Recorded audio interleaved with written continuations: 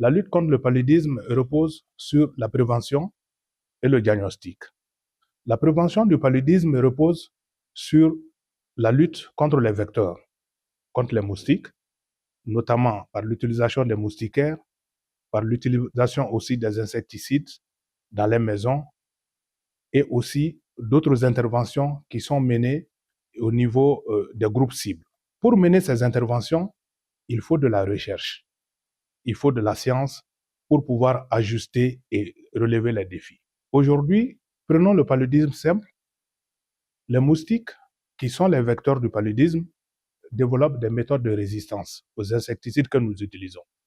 Donc, il faut faire la recherche pour comprendre ces résistances, comprendre l'impact de ces résistances sur la lutte contre le paludisme et au bout du rouleau, trouver des ajustements qui pourront nous permettre à amener de nouvelles technologies pour gérer cette résistance. Un autre aspect de la technologie aujourd'hui et de la science, c'est le diagnostic du paludisme.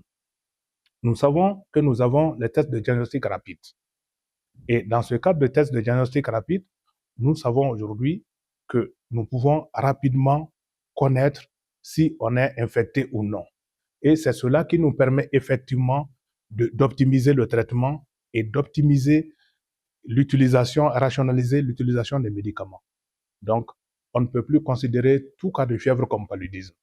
Donc, et cela doit être étayé par la science. C'est extrêmement important. Aujourd'hui, dans le cadre de la prévention du paludisme, toujours, le Cameroun est le premier pays qui a introduit le vaccin dans la vaccination de routine.